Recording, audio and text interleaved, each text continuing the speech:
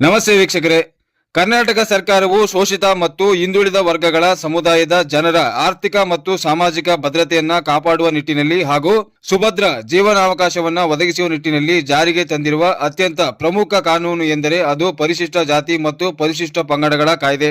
ಅದರಲ್ಲೂ ಮುಖ್ಯವಾಗಿ ಕೆಲವು ಭೂಮಿಗಳ ಪರಭಾರೆ ನಿಷೇಧ ಕಾಯ್ದೆ. ಸ್ನೇಹಿತರೆ, ಈ ಕಾಯ್ದೆಯ ಬಗ್ಗೆ ಜನಸಾಮಾನ್ಯರಿಗೆ ಅಷ್ಟಾಗಿ ತಿಳಿದಿಲ್ಲದಿದ್ದರೂ ಸರ್ಕಾರದಿಂದ ಮಂಜೂರಾದ ಭೂಮಿಯ ರಕ್ಷಣೆ, ಮಾರಾಟ ಮತ್ತು ಖರೀದಿಯ ವಿಷಯದಲ್ಲಿ ಈ ಕಾಯ್ದೆಯು ಅತ್ಯಂತ ಮಹತ್ವದ ಪಾತ್ರವನ್ನು ವಹಿಸುತ್ತದೆ. ಹಾಗಾದರೆ ಈ ಪರಭಾರೆ ನಿಷೇಧ ಕಾಯ್ದೆ ಅಂದರೇನು? ಈ ಕಾಯ್ದೆಯ ಅಡಿಯಲ್ಲಿ ಯಾವ ಭೂಮಿಯನ್ನ ಮಾರಾಟ ಅಥವಾ ಖರೀದಿ ಮಾಡುವ ಹಾಗಿಲ್ಲ.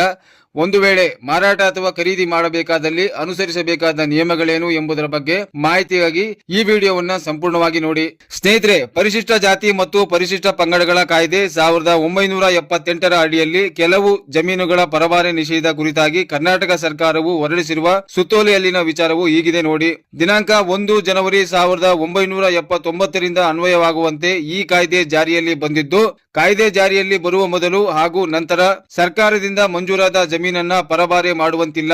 ಒಂದು ವೇಳೆ ಜಮೀನನ್ನ ಪರಭಾರೆ ಮಾಡಬೇಕಿದ್ದಲ್ಲಿ ಕಲಂ 4 ಸಬ್ 2ರ ಅನ್ವಯ ಸರ್ಕಾರದಿಂದ ಪೂರ್ವಾನುಮತಿ ಪಡೆಯುವುದು ಕಡ್ಡಾಯವಾಗಿರುತ್ತದೆ.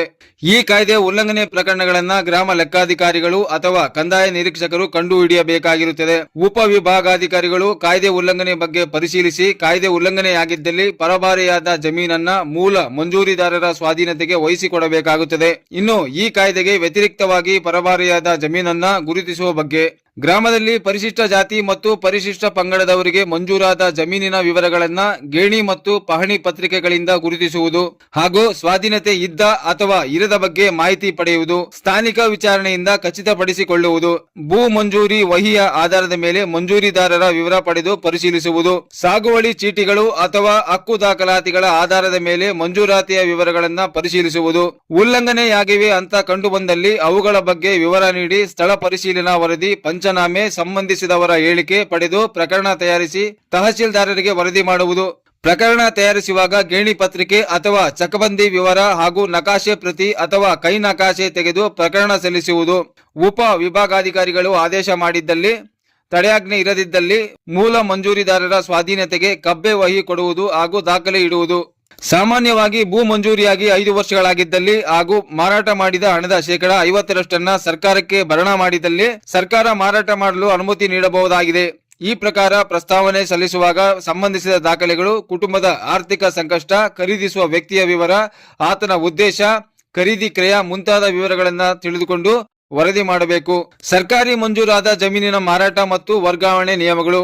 ಕಾಯ್ದೆ ಜಾರಿ ದಿನಾಂಕ 1 ಜನವರಿ 1979.